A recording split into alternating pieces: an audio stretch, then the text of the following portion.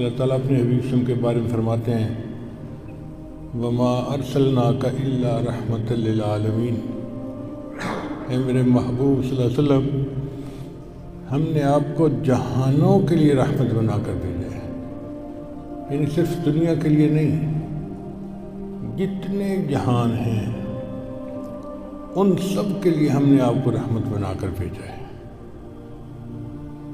चुनाचे अल्लाह का कलाम कुरान है और नबी अलैहिस्सलाम साहिब कुरान है। कुरान अगर इल्म है तो नबी अलैहिस्सलाम अमल हैं।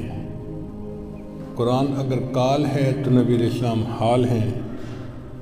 कुरान अगर इजमाल है तो नबी अलैहिस्सलाम उसकी तफसील है।